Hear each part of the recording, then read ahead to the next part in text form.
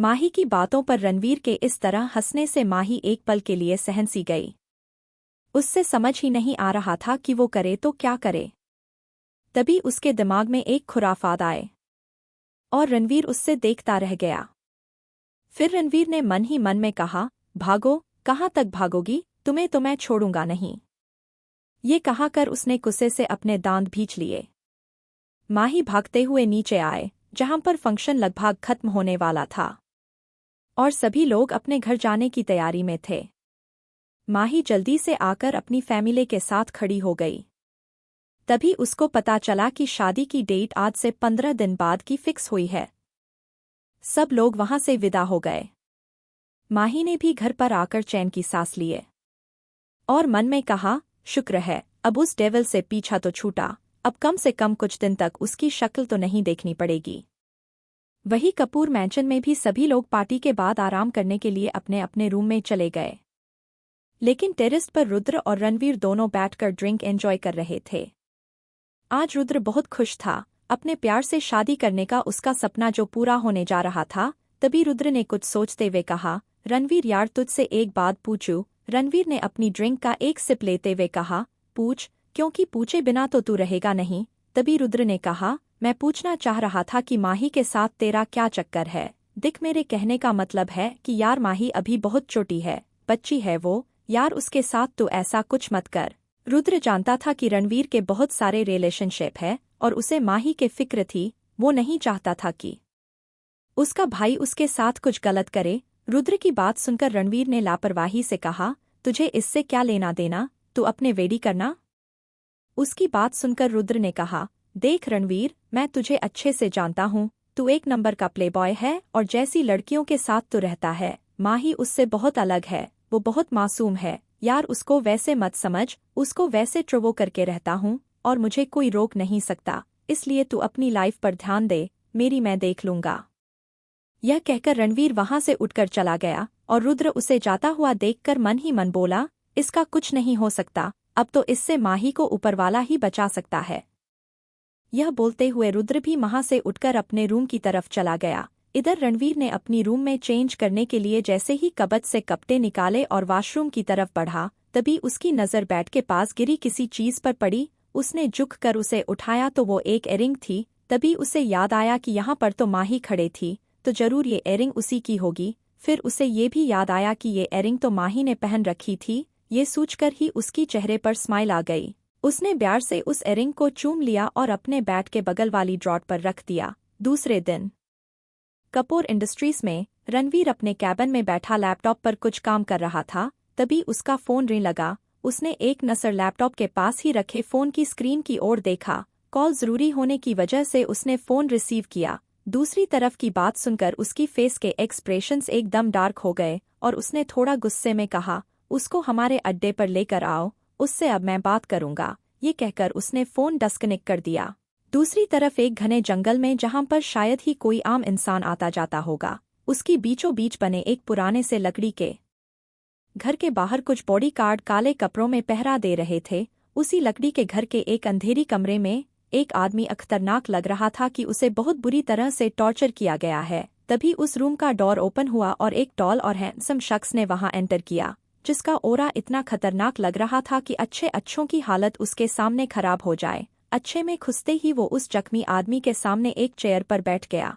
उसने अपना एक हाथ एक घुटने पर टिका कर थोड़ा आगे की तरह झुकते हुए कहा, क्यों मिश्रा, मेरी बात ना मानने का नतीजा देख लिया।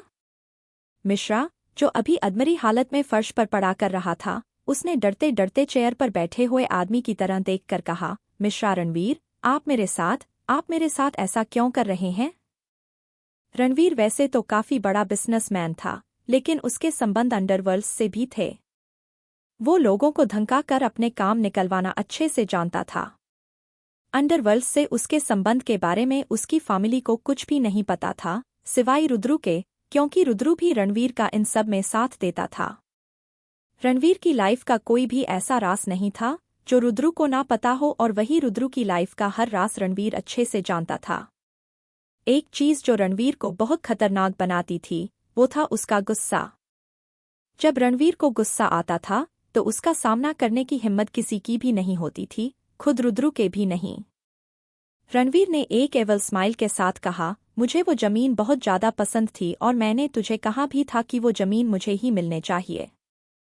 फिर उसका एग्रीमेंट तूने किसी और के साथ साइन कैसे कर लिया? अगर तुझे पैसे चाहिए थे तो मैं उस आदमी से 10 गुना ज्यादा पैसे तुझे देता, लेकिन फिर भी तूने ऐसा किया। अब जब तूने मुझसे धोखा करने की हिम्मत कर ही ली, तो अब थोड़ करने की भी कर।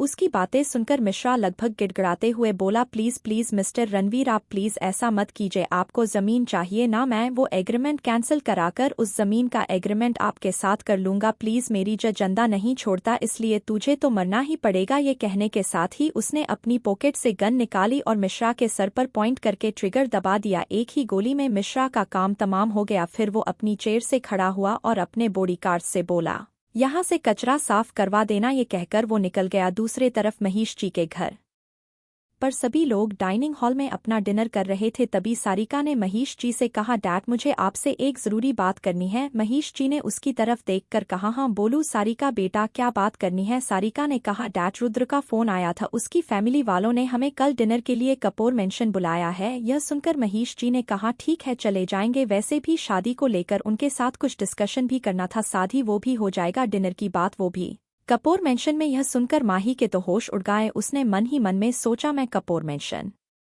नहीं जाने वाली। यह सोचकर उसने बहाना बनाते हुए कहा, चाचर जी क्या है ना, मेरे एग्जाम नस्तेका गए हैं तो मुझे स्टडी करनी है, आप सब लोग चले जाना, मैं घर पर ही रहकर अपनी स्टडी करूंगी, इसलिए मैं नहीं जा पाऊंगी। सारिका ने उदास सा फेस बनाते हुए कहा, माही प्लीज यार चलना, एक दिन पढ़ाई नहीं करेगी तो कुछ चला नहीं जाएगा। उसके बाद सुनकर माही ने कहा, सारिका दी प्लीज, मेरा पढ़ाई करना बहुत जरूरी है, मेरी अच्छे से तैयारी नहीं हुई है। अच्छा अगली बार ना मैं पक्का चलूंगी, प्रॉमिस। अच्छे जल ठीक है, इस बार तेरी बात मान लेती हूँ, पर अगली बार नहीं मानूंगी, तुझे चलना ही पड़ेगा, ठीक है ना? माही ने भी अपनी गर्दन हमें हिलाई। फिर डिनर करने के बाद सभी लोग अपने अपने रूम में चले गए। माही ने अपने रूम में आकर थोड़ी देर पढ़ाई की और उसके बाद वो सोने के लिए अपने बेड पर चली गए। दूसरे दिन महेश जी, निर्मला जी और सारिका तीनों डिनर के लिए कपूर मैंशन पहुंच चुके थे। रुद्र की पूरी फैमिली ने खुले दिल से महेश जी की फैमिली का स्वागत किया। सभी लोग जाकर हॉल में सोफे पर बैठ गए। उसके बाद उनकी बातों का दौर चलता रहा। रणवीर भी वही था और वो काफी देर से नोटिस कर रहा था कि माही उनके साथ में नहीं आई है। रणवीर मन ही मन में सोच रहा था कि वो माही के बारे में कैसे पता लगाए। तभी रुद्र ने सारिका से पूछा, सारिका माही क्यों नहीं आई?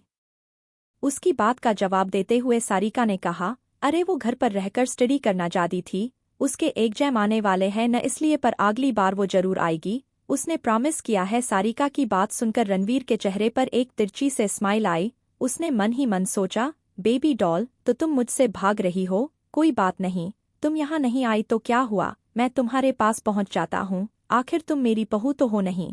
फिर कुछ सोचकर उसने अपनी डैड से कहा, डैड अभी मुझे अर्जेंट कहीं जाना होगा, कोई जरूरी काम आ गया है, मैं आकर मिलता हूँ। यह कहकर रणवीर सभी को बाय करके जल्दी से निकल गया। उसके डैड ने मन में सोचा, अभी रात को कौन सा काम आ गया, पर फिर भी उन्होंने ज्यादा ध्यान नहीं दिया, क्योंकि उन्हें पता था कि उनका बेटा अपने काम को लेकर कितना डेडिकेटेड है। फिर वो वापस अपनी बातों में लग गए। दूसरी तरफ महेश जी के घर पर माही अपने रूम में ही थी। उसी वक्त बाहर आसमान में काले घने बादल छाए हुए थे और हवा भी काफी ठंडी चल रही थी। तभी जोर से बिजली कड़कने की आवाज आने लगी और जोरदार बारिश शुरू हो गई। माही को बारिश बहुत पसंद थी। उसको बारिश के नीचे खड़े होकर बारिश की बूंदों को महसूस करने में एक अलग ही खुशी महसूस होती थी। बारिश का मजा लेने के लिए माही भागते हुए टेरेस पर गई और वहां दोनों हाथ फैलाकर बारिश की बूंद वो माही के खूबसूरती को आंखों के जरिए अपने दिल में बसा रहा था। माही को ऐसे देखकर उसके दिल में हलचल हो रही थी। वो कोई और नहीं, रणवीर था। रणवीर थोड़ी देर पहले ही टेरेस पर आया था, पर माही तो इस बात से अनजान थी कि कोई और भी उसे देख रहा है। वो तो अपनी ही धुन में मस्त थी। रणवीर जो काफी देर से माही को देखे जा रहा था, उसके कदम अपने आप ही माही की तरफ बढ़ गए। वो भी धीरे चलते हुए माही के करीब पहुंच गया। माही को जब एहसास हुआ कि उसके पास में कोई खड़ा है, तो उसने अपनी आंखें खोलकर देखा। उसके सामने रणवीर खड़ा था, जो उसे एक ठग देखे जा रहा था। एक पल के लिए माही ने सोचा कि वो कोई सपना दे। अचानक माही की आवाज से अपने होश में आया और फिर उसके फेस पर एक तिरछी स्माइल आ गई। उसने माही से पूछा, तुम कपूर मैंशन क्यों नहीं आई थी? माही ने पहले तो हैरानी से रणवीर को देखा और फिर उससे थोड़ा गुस्से में कहा, क्या चल रहा है रणवीर के दिमाग में? क्या करना चाहता है वो? रणवीर के इस पागलपन से कैसे बचेगी माही? जानने के लिए सुनते रहिए डार्क ऑब्सेशन, सिर्फ लव पल्स डायरीज पर।